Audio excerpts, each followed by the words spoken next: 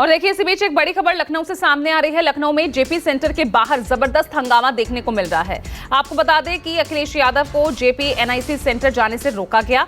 JP की प्रतिमा पर माल्यार्पण करने का कार्यक्रम था अखिलेश यादव का, जिसे रोका गया है और अब बड़ी संख्या में अखिलेश कार्यकर्ताओं का यहां हंगामा देखने को मिल रहा है। आप देख सकते हैं तस्वीरें सामने आई है। ये जेपी एनआईसी सेंटर के बाहर से बैरिकेडिंग फांदकर जेपी सेंटर में अखिलेश घुसे। ये देखिए तस्वीरें, किस तरह से अंदर घुसने की कोशिश की जा रही है। एलडीए ने बिल्डिंग में एंट्री की परमिशन नहीं दी और उसके बाद आप देखिए किस तरह से वहां पर सपा कार्यकर्ताओं का हंगामा, यहां तक कि जो अखिलेश यादव हैं वो भी बैरिकेडिंग तोड़कर अंदर गए। तो ये देखिए ये तस्वीरें सामने आई है। तो सुरक्षा कारणों का यहां पर हवाला दिया जा रहा था और अब देखिए तस्वीरों में आप अखिलेश यादव को साफ तौर से देख सकते हैं किस तरह से जेपी सेंटर में घुसते हुए अखिलेश यादव नजर आ रहे हैं। जेपी एनआईसी सेंटर में अखिलेश यादव को एंट्री नहीं दी गई। उनका कार्यक्रम था आज जेपी की प्रतिमा पर माल्यार्पण का, लेकिन उन्हें इस सेंटर में घुसने की अनुमति दी नहीं। तो किस तरह से अंदर जा रहे हैं अखिलेश यादव, आप ये देख सकते हैं। तो अभी भी यहां पर बड़ी संख्या में कार्यकर्ता इकट्ठा हुए हैं। ये आप लखनऊ से तस्वीरें देख रहे हैं, जेपी सेंटर के बाहर से यह तस्वीरें। बैरिकेडिंग फांदकर किस तरह से जेपी सेंटर में घुस रहे हैं अखिलेश यादव। गेट लगा करके, टीने लगा करके, दरवाजा बंद कर करके, ताला लगा करके, पता नहीं क्या बताना चाहती थी। ये वही जेपी है जिन्होंने संपूर्ण क्रांति का नारा दिया था और वो इसलिए दिया था कि उन परिस्थितियों में उस समय पर चरम सीमा पर महंगाई थी, चरम सीमा पर बेरोजगारी थी, चरम सीमा पर भ्रष्टाचार था और न जाने कितना उनके साथ देश के समाजवादी नेताओं को जेल जाना पड़ा, इमरजेंसी लगी। और जिस समय वो पीजीआई अस्पताल में थे उस समय जो उन्होंने जेल डायरी लिखी उसमें लिखा कि मैं कैसे सोच सकता हूं एक लोकतांत्रिक देश में इमरजेंसी लग जाएगी। उसमें न जाने कितने लोगों को जेल भेजा गया, कई लोग कई वर्षों रहे और उस पीड़ा को, उस तकलीफ और परेशानी को वो जीवन भर नहीं भूल पाए। लेकिन जो नारा दिया था संपूर्ण क्रांति का, जो जगाने का काम किया था, उसने परिवर्तन लाने का काम हुआ और किया जनता ने। जनता की शक्ति के सामने सरकार की शक्ति का कुछ असर नहीं है। मुझे दुख इस बात का है कि पुलिस लगा करके यहाँ रोक रहे हैं। अधिकारी इस बात के लिए तैयार नहीं है कि किससे पूछें। तो कम से कम ये देश की और प्रदेश की जनता जाने और लोग जाने आखिरकार कौन रोक रहा है, कौन रोक रहा था। इसलिए मजबूरी में जिस तरीके से हर बार माल्यार्पण करने हम समाजवादी लोग आते थे, मुझे याद है जब उद्घाटन हुआ था नेताजी यहाँ आए थे, नेताजी से मैंने उद्घाटन करवाया था। एकमात्र देश में समाजवादी नेता के लिए एक ऐसा म्यूजियम बना जिसमें उसके जीवन के बारे में लोग प्रेरणा ले सकते हैं। जो आंदोलन उन्होंने चलाए थाली बजा करके, वो उससे प्रेरणा ले सकते हैं कि सरकार के खिलाफ और लोकतंत्र में कैसे आवाज उठाई जा सकती है।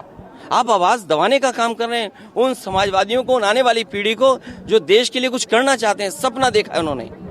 ये वही म्यूजियम है जो पूरे उनके जीवन के बारे में बताता है, उसको बंद कर रहे हैं। अपनी कौन सी नाकामी छिपा रहे हैं अपनी।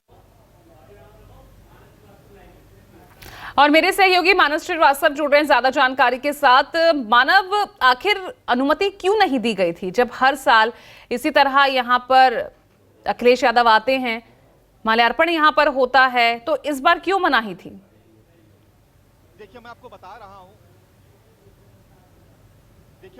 हूं कि कल ही ये कार्यक्रम तय हुआ था और कल रात ही एलडीए-वीसी की तरफ से एक पत्र जारी किया गया जिसमें कहा गया कि जेपी एनआईसी में भीतर काम चल रहा है और सुरक्षा कारणों से चूंकि अंदर बहुत सारी झाड़ झंकाड़ियां हैं, लिहाजा वहां पर अनुमति नहीं दी जाती है। लेकिन आज सुबह जैसी ये खबर मिली, आप देख रहे हैं कि हमारे ठीक सामने आप जेपी एनआईसी देख रहे हैं और बड़ी संख्या में आपको कार्यकर्ता नजर आएंगे। अखिलेश यादव अभी अभी बस पे सवार होकर निकले, लेकिन पूरा घटनाक्रम अपने दर्शकों को बता दें कि दरअसल अखिलेश यादव को आज सुबह 10:30 बजे जेपी एनआईसी जो खुद उनके कार्यकाल में बना था, वहां पर उनको माल्यार्पण करने आना था। और लेकिन इस बीच में जब रोक लगी और यहाँ पर कार्यकर्ताओं का जमावड़ा शुरू हुआ तो अखिलेश यादव ने सुबह एक ट्वीट किया कि सरकार भले ही रोकने की कोशिश करे लेकिन वो पहुंचेंगे, और ऐसा उन्होंने किया भी।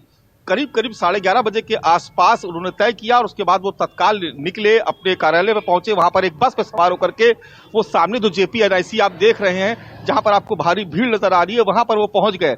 और आपको बता दें कि इस पूरे इलाके में बैरिकेडिंग कर दी गई थी, आने जाने की अनुमति नहीं थी।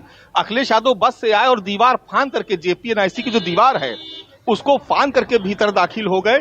और आप देखेंगे बड़ी संख्या में यहाँ पर आप देख रहे समाजवादी पार्टी के कार्यकर्ताओं का बड़ा हुजूम यहाँ पर जमा हो गया था। चूंकि अब अखिलेश यादव यहाँ से निकल चुके हैं, लिहाजा जो कार्यकर्ता हैं वो भी धीरे धीरे वापस जा रहे हैं। लेकिन अभी भी आप देख रहे कार्यकर्ताओं की भारी भीड़ यहाँ पर नजर आ रही। कुछ कार्यकर्ताओं से बात करेंगे। देखिए, अखिलेश यादव यहाँ पर आए थे, आप लोग साथ में अंदर गए, आप लोग भी अंदर गए थे साथ में, आप लोग भी अंदर गए।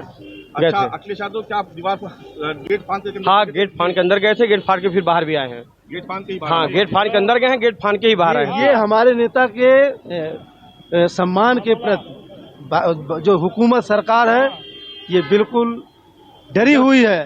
तो देखिए, आप देखिए बड़ी संख्या में यहाँ पर। बताइए क्या हाल है मनोज जी? सब बढ़िया बढ़िया है। आज आपने देखा कि जब सरकार पूरी तरह से तानाशाही रवैया अपनाई और जिन्होंने संपूर्ण क्रांति की इमरजेंसी के बाद नारा दिया जिससे लोकतंत्र मजबूत हुआ, जब उनके माल्यार्पण करने के लिए राष्ट्रीय अध्यक्ष अखिलेश यादव जी को रोका गया तो उन्होंने आज बिगुल फूका क्रांति का। और आपने देखा होगा कि कैसे 10 फीट ऊंचा गेट उन्होंने फांदा। चूंकि लोकतांत्रिक व्यवस्थाओं को, लोकतंत्र, संविधान और मानवता बची रहे, इसके लिए देश के बहुजनों के नायक अखिलेश यादव जी अब क्रांति के पथ पर हैं और अब क्रांति के राही हैं और इसी से लोकतंत्र बचाने की मुहिम तेज हुई।